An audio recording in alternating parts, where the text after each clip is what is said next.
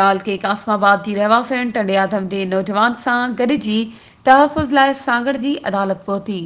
जंहिं बाद नारी रिमशा पंहिंजे मुड़ुस ताहिर गाहो सां गॾिजी अवामी प्रेस क्लब टंडो आदम में प्रेस कॉन्फ्रेंस कंदे चयो त मूं 5 महीना अॻु हाई कोर्ट हैदराबाद में पसंद जी शादी कई हुई ऐं अदालत मूंखे मुड़ुस सां गॾु रहण जी इजाज़त ॾिनी हुई।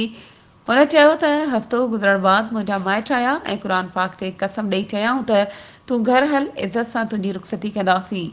घर वञण बाद तशदुद करे ज़बरदस्ती ॿिए कंहिं सां निकाह मथां निकाह कराए छॾियाऊं। 5 महीननि बाद दवा वठण जे बहाने सां घरां निकिरी ॿीहर पंहिंजे पहिरें मुड़ुस ताहिर वटि आई आहियां।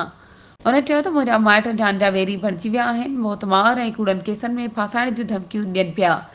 असांखे जान जो ख़तरो आहे। हुननि IG सिंध, DIG शहीद Benazirabad, DIG Hyderabad, chief justice high court Sindh, SSP Sanghar, SSP Hyderabad ऐं ॿियनि आला अख़्तियारनि खां तहफ़ुज़ जी घुर कई आहे।